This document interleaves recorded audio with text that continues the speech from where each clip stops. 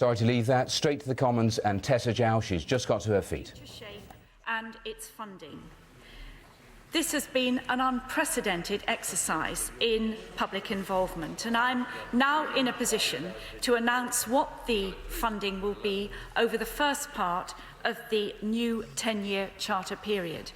The settlement, Mr. Speaker, will be for 6 years, with annual nominal increases in the licence fee of 3% for the first 2 years and 2% in years 3, 4 and 5 of the settlement. There will be an increase in the 6th year, that is 2012 to 2013, of up to 2%, depending on a further review nearer the time. And I have today written to the BBC Trust setting this out. So these are cash increases. The price of a colour TV licence will rise from its current level of £131.50 to £135.50 from April the 1st this year, and reaching up to £151.50 in 2012. Based on the Treasury forecast of the Consumer Price Index, the Bank of England's inflation measure, this will either be above or in line with inflation for each year of the settlement.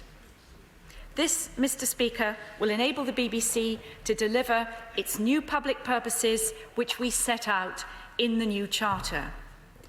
And as digital technology transforms the media world, it will enable the BBC to take a leading role in making the most of it. Investment in high-quality content, the driver of creative industry and what audiences value most of all, will remain high. And this settlement will enable the BBC to do that.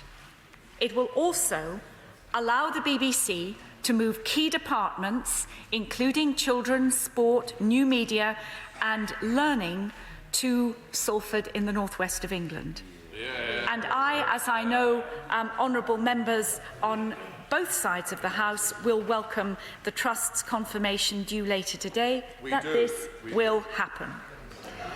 This is a vital opportunity for the BBC to widen its geographical spread and relevance and make better use of the creativity and talent that exists right across the United Kingdom, bringing huge benefits to the regional economy, estimated at £1.5 billion and 15,500 jobs. Through greater efficiency, this settlement will allow the BBC to maintain all its current services and provide up to £1.2 billion of investment in new activities. Mr. Speaker, the people of the United Kingdom spend more of their money on the BBC than any other country in the world spends on public service broadcasting, except Germany. So the new BBC Trust must ensure that licence fee payers get the best possible value for that investment, so we expect the Trust to ensure efficiency in the BBC. Based on independent evidence from the consultants PKF and others, we believe that the BBC can realise up to 3% at cash releasing savings annually from 2008. A separate report published today by the National Audit Office confirms that our judgment is based on adequate evidence. It will be the Trust's responsibility to set specific targets and hold the management of the BBC responsible for meeting them. Now, Mr. Speaker, in relation to digital switchover, the BBC has been given a leading role in the delivery of this revolution. In particular, the licence fee settlement will fund the £600 million scheme that we're putting in place to help elderly and disabled people make the switch to digital as part of our commitment to universal broadcasting and to ensure that no one is left behind. The government's expectation is that the BBC will lead the delivery of the scheme. We respect the independent status of the Trust, and clearly there are details of the implementation of the scheme still to be discussed. The government will retain responsibility for the policy, including helping with the procurement and determining the eligibility for the scheme. The BBC will also pay for the £200 million of public communication campaign being run by Digital UK to ensure that people are properly prepared and properly informed about switchover. And these sums will be ring-fenced within this settlement, so will not form part of the BBC's baseline at the end of the settlement. And we have also made clear that carrying out these responsibilities will not impact on the BBC's core services and budgets. We're giving the BBC a 12.5% increase in its borrowing capacity to help deliver this commitment, and we will ensure that the BBC's services are protected from any cost increase in the help scheme above our existing estimates. Mr. Speaker, in last year's white paper on the BBC, we also noted that Channel 4 was likely to face major financial challenges with digital switchover in the future, and Ofcom are currently assessing the potential scale of this. We said at that time that we would consider potential forms of help, including asking the BBC to help towards meeting Channel 4's capital switchover costs, and also possible access for Channel 4 to some of the BBC's digital TV capacity. As I've said, Ofcom's review of Channel 4 is looking in detail at its financial prospects and is expected to report towards the summer. I am therefore keeping open within this licence fee settlement the possibility that we may require the BBC to contribute to the first 6 years of Channel 4 switchover costs. This will be no more than 14 million in total. I also welcome the BBC's conclusion that in principle it can make available some spare digital terrestrial capacity amounting to a TV slot in England and 3 radio slots at switchover. Under the BBC agreement, I can direct the BBC to make capacity available to another public service broadcaster where it is in the interest of public service broadcasting in the UK, and I shall decide whether and how to use that power in the light of the Ofcom review. Mr. Speaker, the settlement I've set out for the BBC provides stability and certainty over the next crucial period of digital switchover. The 6th year will, in effect, also form the first year of the following settlement. It will allow us to undertake a further review of the licence fee level in the run-up to the mid-charter point, taking account of the wider review of public service broadcasting that is consistent with our commitment in the White Paper. So, Mr. Speaker, a strong, independent BBC, securing and accountable to its licence payers, its paymasters, and providing the highest public value. That has been our fundamental goal throughout this long process. It is now complete, and the BBC, along with other broadcasters, can plan and prepare for digital switchover and the next great revolution in television, ensuring that the most vulnerable are protected and the founding principle of public service broadcasting in this country, universal access for all, is secured. I therefore commend this settlement to the House. Thank you, Mr. Speaker. Can I thank the Secretary of State for her statement and for allowing me prior sight of the text. But, Mr. Speaker, as is so often the case with this government, the House is the last to know the details. The licence fee settlement was not announced in today's statement by the Secretary of State. It was leaked by Treasury officials to Channel 4 News 2 days after Parliament rose for Christmas, and in a series of subsequent leaks to the media. Will the Secretary of State apologise, therefore, to this House for the shameful way it has been treated over this announcement? Isn't the real point that this is the Chancellor's announcement, not the Secretary of State's, and that it is as much a defeat for the Secretary of State as it is for the Director General of the BBC? The Secretary of State, not for the first time, has had an unfortunate collision with the great clunking fist. Nonetheless, we are grateful that the process of negotiating the licence fee has at last drawn to a close. There has been, Mr. Speaker, 3 years of what the Secretary of State would call consultation, but has in fact been dithering and indecisiveness on her part and the part of the government. Time and time again, the Secretary of State let it be known that an announcement was imminent, and time again, she was forced to postpone it. First, last summer, then the autumn, and then Christmas. And finally, a decision has been reached. And months of very damaging uncertainty may at last be coming to an end. We, Mr. Speaker, on this side of the House, fully support the important contribution the BBC makes to the lives of the British people. The BBC is clearly one of our greatest organisations and one of the most effective global ambassadors that we have. We, of course, wish to see it appropriately resourced. The Secretary of State was originally convinced by the BBC's inflation-busting argument. We were not. We argued that at a time of falling advertising revenue, no other media business could expect such a substantial guaranteed income stream over the next 7 years. We believe it is right that the BBC should be asked to live within the realities of today's rapidly changing media environment. This is a more realistic settlement. This settlement, combined with greater income from household growth, will mean that the BBC will receive substantially more money than it does today, something none of its competitors can hope for. However, having said that, no other media organisation has been asked to take on the huge new responsibilities that the Secretary of State has foisted on the BBC. John Whittingdale there for the Conservatives. We will hear, of course, from the Liberal Democrats afterwards as well. So if you would like to carry on and listen to the response to what Tessa Jowell has had to say, you can do so on our sister channel, BBC Parliament. Full coverage on Parliament from the House of Commons. That is not what the Director General, Mark Thompson, is on record as saying this afternoon.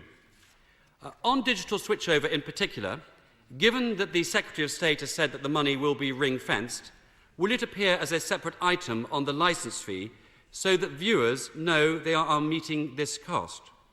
Where will any extra money come from if the cost of switchover exceeds the department's estimates? Will it come from the licence fee or from the Treasury? And once switchover has been accomplished, will the level of the licence fee be reduced accordingly? Even after today's announcements, Mr. Speaker, there is still a huge degree of uncertainty. And the reason is clear. The Chancellor, who cannot resist interfering with anything and everything, could not resist the chance to meddle with the licence fee. He has loaded the licence fee with a stealth tax and forced obligations on the BBC it did not want. No future licence fee settlement must be negotiated in this way. Under the next Conservative government, it will be for Parliament to debate the role of the BBC in a rapidly changing, technologically driven media world. The Secretary of State today cites the National Audit Office, yet the NAO hasn't seen the books. As an organisation in receipt of more than £3 billion worth of public money, it is right and proper, surely, that the BBC should be subject to independent scrutiny and that the results can be debated properly here in this House by Parliament. Will she at least allow the National Audit Office full access to the way that the BBC spends the £3 billion of public money? Madam Deputy Speaker, this is a licence fee settlement that has been subject to superficial consultation and grubby behind-closed-door negotiations. The right and proper place to debate the future role of the BBC, the future of public service broadcasting, and the right level of settlement is here in this chamber. And we will make sure that is the case in the future. Madam Deputy Speaker, as usual and as we expect from the opposition, we've had a diatribe about process, but we're none the wiser about what the opposition's policy on the BBC would be. And I find it really extraordinary that they are so contemptuous of the process of consultation which has taken place over the last 3 years, recognising a very fundamental point, that the BBC does not belong to government. The BBC belongs to and is paid for by the people of this country. And therefore, it is to them that the BBC should ultimately be accountable. And I make absolutely no apology whatsoever for opening up the process of consultation on the Charter Review and the future of the BBC for the first time with the people of this country. And the level of participation in that consultation exercise has been unprecedented, a measure of the importance that the people of this country attach to the BBC, a level of importance that in a rather arrogant and slipshod way is simply ridden over by the opposition. I'd also say that this is a timely settlement. When the last licence fee settlement was reached, it was not until the middle of February before the new licence fee level came into effect at the beginning of April. And I think it will be a very important lesson, as I hope the next Labour government will negotiate the licence fee, that time will be allowed for consultation with the licence fee payer. To deal with the one or two specific points that he made, I have underlined in the statement and to the BBC the ring-fence nature of the money that will be raised from the licence fee to pay for targeted help and the costs of switchover. And that money is ring-fenced, subject on this government's decision to very clear protection of the BBC's major function, which is to put high-quality programming on people's screens, and that running the targeted help scheme and the leadership in digital switchover will not be at detriment to that. And finally, that these will be costs that will be levied on the licence fee payer specifically for the period of switchover. They will not form, had the honourable gentleman been listening to the statement, as he continues not to listen to the answer to the question he was apparently asking, they will not form part of the BBC's baseline, so it will then be available to the BBC Trust at the end of the period to return those monies to the licence fee payer, or in consultation with licence fee payers to make judgments about how else they might be used. Chris Mullen. Can I welcome my right honourable friend's statement and ask whether she agrees that the strongest case for the licence fee is that it helps maintain standards across British broadcasting and ensures that the BBC acts as a bulwark against the descent into junk journalism that we are currently witnessing in other parts of the televised media. And as regards Channel 4, may I put it to her that the case for public subsidy of any sort is rapidly diminishing with every day that passes, of which and that the current vulgarity arising from the Big Brother programme is a classic example of the case against any kind of public subsidy for Channel 4. I thank my honourable friend for that intervention, and entirely agree with his observation about the importance of the BBC's role in maintaining standards of journalism.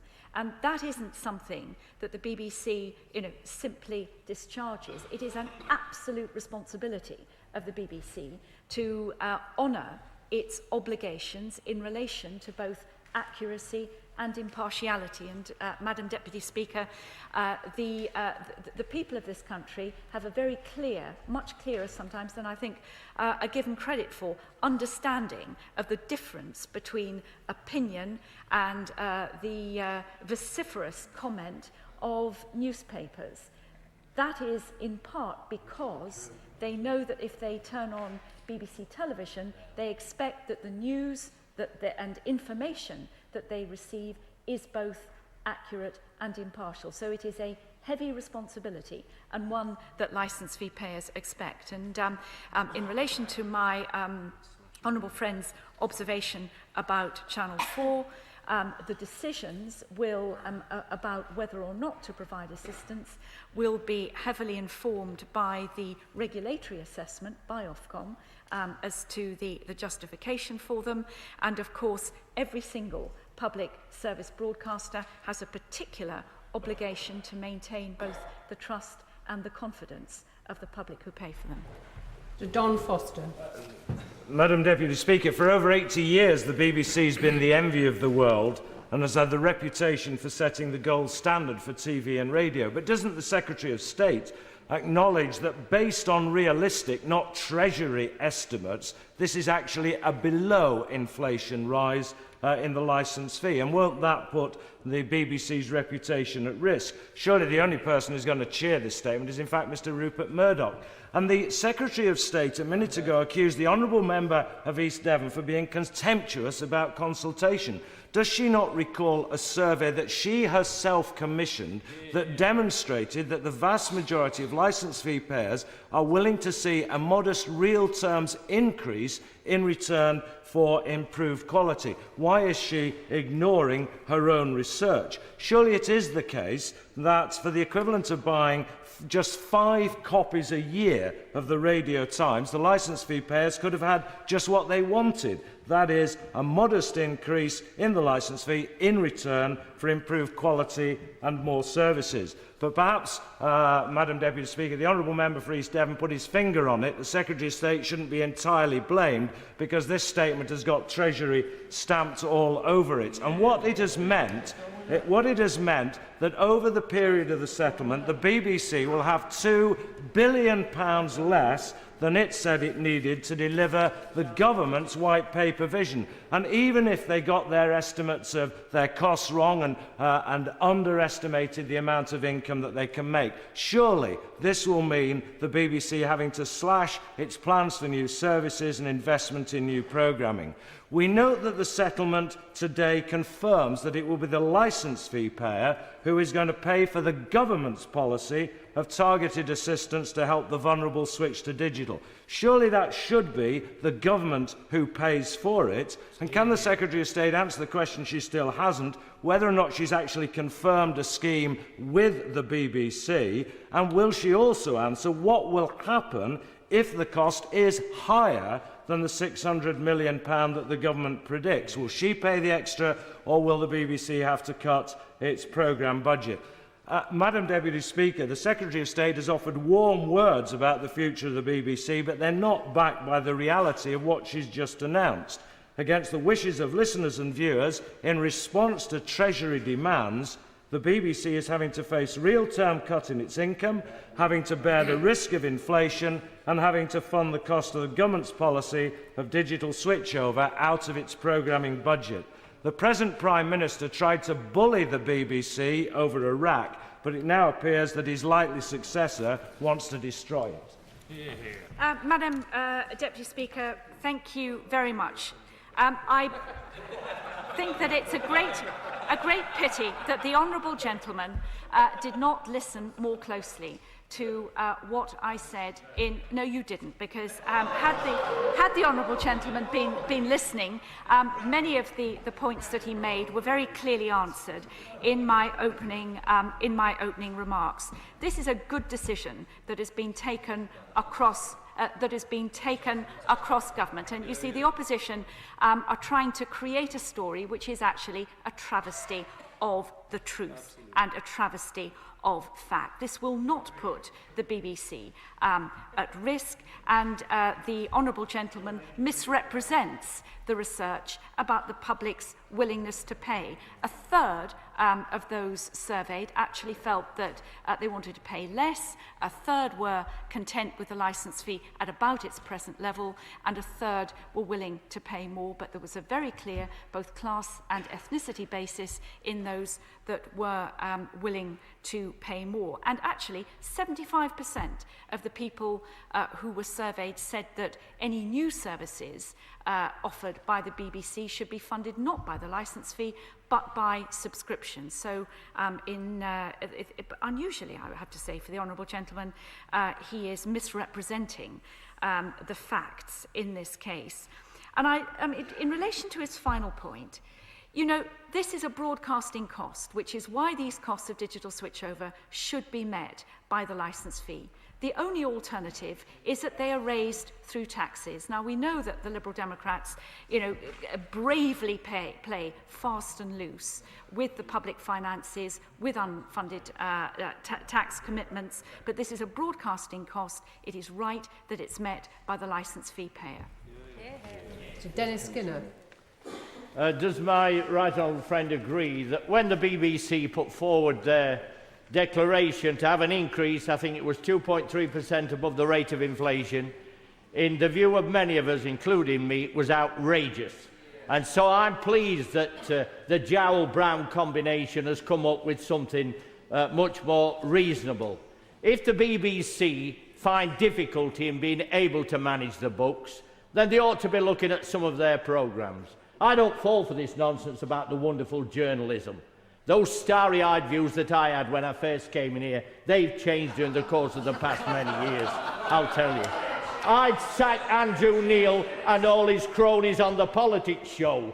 I'd fire Nick Robinson, another Tory, who works for the BBC. And if you want any more savings, what about telling Jonathan Ross he's getting too much money? And finally, tell the BBC that if they're going to help Channel 4 with their switchover costs, they'd better drop crap programmes like Big Brother. Well, Madam Deputy Speaker, I take that as a contribution to debate, and I'm sure that they're quaking out at White City. In relation to the BBC's original bid, as I said at the time, this was an opening bid in what then became a negotiation. And the position that we have now reached is considerably more sober and realistic than that, because this has to be paid for by the licence fee payer. And, just as I know that not just in this House, but more importantly, arguably, out in the wider public, there was a lot of adverse comment about the salaries that the BBC was paying for talent back in the summer. Let's also remember that we expect the BBC to be running the scheme that will ensure that the poorest and the most vulnerable people in our country are supported, helped and guided in the process of switching to digital. That is an important function, an important public role for our major public service broadcaster to play. Brief questions would be helpful from members, single questions, and also can I remind members of the careful use of parliamentary language in posing those questions. Mr John Whittingdale. Thank you, Madam Deputy Speaker. Can the Secretary of State confirm that although the licence fee may not be increasing in real terms, the total amount of money available to the BBC is likely to do so because of household growth? And can she therefore give the House any figures that she has of estimates of the BBC's future total income?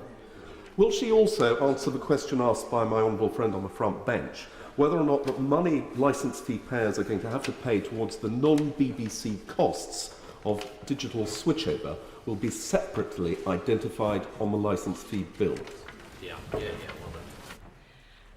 I thank the honourable gentleman who is chairman of the Select Committee has obviously followed this very closely indeed.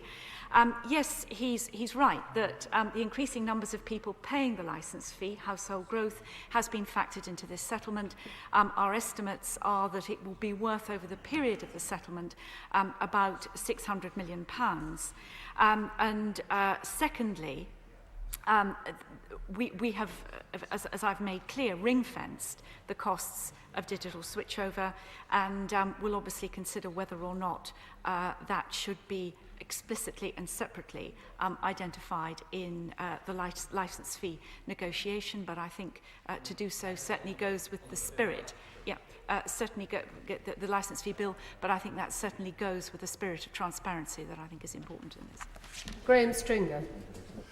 I welcome my right honourable's friend's statement on the BBC settlement, and I particularly welcome the statement to be made this afternoon by the BBC Trust that they are still committed to the move to Salford. I am, however, slightly surprised that the increase in the borrowing powers is only 12.5%. My back-of-an-envelope calculation, that takes the borrowing powers up to £225 million.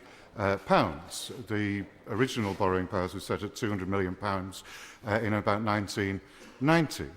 The move to Salford, most of the costs will be up front, although it will save money in the long term. Is my right honourable friend really satisfied that the level of borrowing is high enough? Will she consider increasing it to help this move go forward? Because those of us in Manchester and Salford don't want to be left in the position that people in Edinburgh were left in the early 1980s when they'd been promised a move by the BBC to Edinburgh in 1976, and the signs promising that move were taken down in the early 80s. I thank my honourable friend for that point and for his advocacy, and my right honourable friend, the member for Salford, for the enormous support that they have given to the decision for the BBC to move part of its operations to the northwest. The estimated cost of the move to Salford over the period of this licence fee is in the region of 190 million. And we've obviously looked very closely at both the BBC's capacity to fund that and also to fund the targeted help scheme. The additional borrowing provision that I announced will be specifically linked to the targeted help scheme to provide the additional flexibility over the period when demand for the scheme and therefore the cash flow in meeting the cost of the scheme will be at its greatest. And we have also agreed that we will be prepared to keep that under review should significant difficulties arise. But in answer to his question, yes, I am satisfied that within the existing borrowing limit for the BBC's main operation, the move to Salford, as he rightly says, will save money in the long run, can be met. Mark Pritchard. Madam Deputy Speaker, if the government is serious about asking the BBC to drive down its costs, why have we not seen any proposal for a salary reviews board such as this House has? Is it not the case that regional journalists such as those working for BBC Radio Shropshire and BBC Midlands today have to live on pretty low five-figure salaries, while those living in different parts of the United Kingdom, particularly here in the capital, have six and sometimes seven-figure salaries? Is it not time that the government took a closer look at the types of salaries senior broadcasters earn here in London? Quite right. Well, I think that this kind of issue, which does raise periodically questions of public concern and media headlines from time to time, is an issue which deserves to be on which information deserves to be available publicly. But again, it's extremely important at a time like this to recognise that what the licence fee settlement is doing is setting the financial framework for the BBC. I don't think there's anybody in this House would support a BBC with reduced independence and freedom to operate within that broad framework. So this is a matter now for the BBC, but it's a matter for a BBC which is much more publicly accountable, with a much higher level of required transparency than has ever been the case in the past. Gordon Prentice. How long can the licence fee continue in its present form? I think my friend floated the idea of a computer tax a couple of years ago, but with technological change, people will be able to receive television programmes through broadband internet. It's happening at the moment. So how long will the licence fee be with us? Well, this is the $1 million question. But we have made clear, as part of this, the $3 billion question. Yeah, the £3 billion question. This is an issue which we've addressed in this Charter review period. We've made absolutely clear that as a matter of policy, the licence fee will continue throughout the period of this Charter for another 10 years, but we have allowed for a financial review at some point around the midpoint of this charter. And undoubtedly, from the public's point of view, the licence fee is the least best option. But I think, again, before moving, well, it's the least best or the least worst. You know, it's nobody necessarily loves the licence fee, but they don't love any of the alternatives any better. And I think that we have to take this back to the, in a sense, to the underlying principle of broadcasting, which is universal access. And the great strength of the licence fee has always been that it guarantees universal access for people who pay the licence fee. Mr. Richard Younger-Ross. I wonder if the Secretary of State would answer the very clear question put by my honourable friend earlier.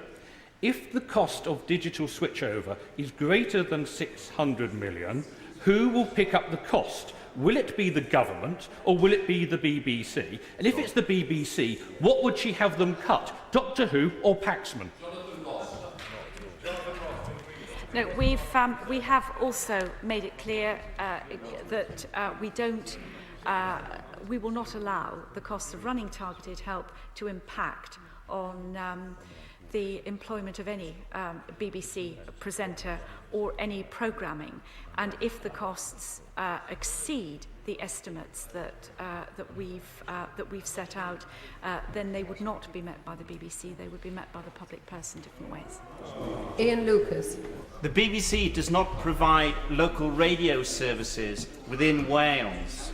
Given that the only opportunity for communities to have local radio within Wales is through community radio stations like Calon FM in Wrexham, will my right honourable friend consider allowing access to the licence fee to supplement the community radio fund, which is very small indeed when compared with the sums that my right honourable friend has been discussing relating to the licence fee? I thank my honourable friend. Community radio is very widely supported, as is the development of local news. These are not decisions for me, these are decisions for the BBC, and I'm sure that through the Trust he will make his representation. Peter Atkinson. Thank you, Madam Deputy Speaker. Since the licence fee payers are contributing something over £800 million to the cost of digital switchover, will they get their money back when the government sells off the analogue spectrum, the surplus analogue spectrum? No, that's not part of any calculation. Andrew Miller. Brian Redhead would have turned in his grave this morning to hear the move to Salford has been described as a move to an outpost on Radio 4. Does my right honourable friend agree with me that this is a mainstream part of the BBC? Not only that, it will become part of an important media centre that will be of a world-class nature, that will benefit not just the BBC and the licence payer, but also private sector broadcasters and programmers. I absolutely agree, and I think the most generous description must be that to describe a move which is going to attract £1.5 billion of investment, 15,500 new jobs to one of our great cities as an outpost is no more than a slip of the tongue.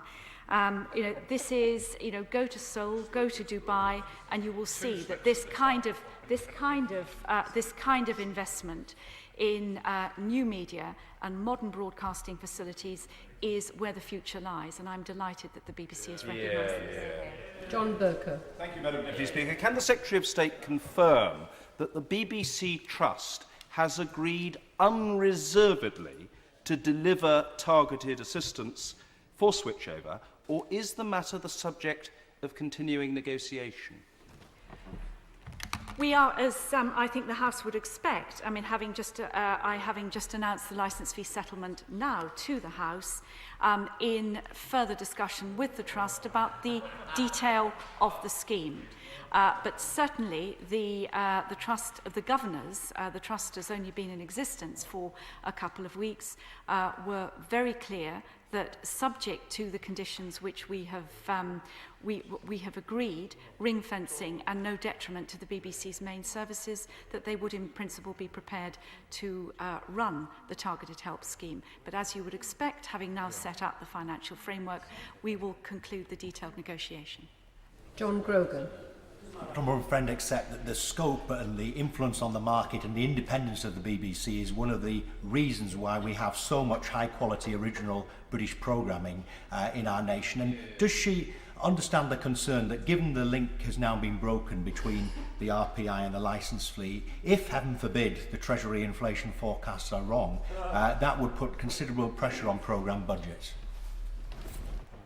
Well, I thank my honourable friend, who is a great and highly effective advocate for the BBC, but as he will know, first of all, we recognise the vital role that the BBC plays in developing our creative industries more generally through training, through independent programme making, and he'll also know that the government's overriding objective in delivering the stable economic growth which has seen prosperity in this country is the control of inflation. Andrew Tyree. That's a surprise. I'm very grateful for that support. Given the rapid growth in the multimedia, as she alluded to a moment ago, isn't the licence fee going to just become increasingly difficult to justify in the years ahead? And given that, isn't it essential that we make absolutely sure that we're getting best value for money?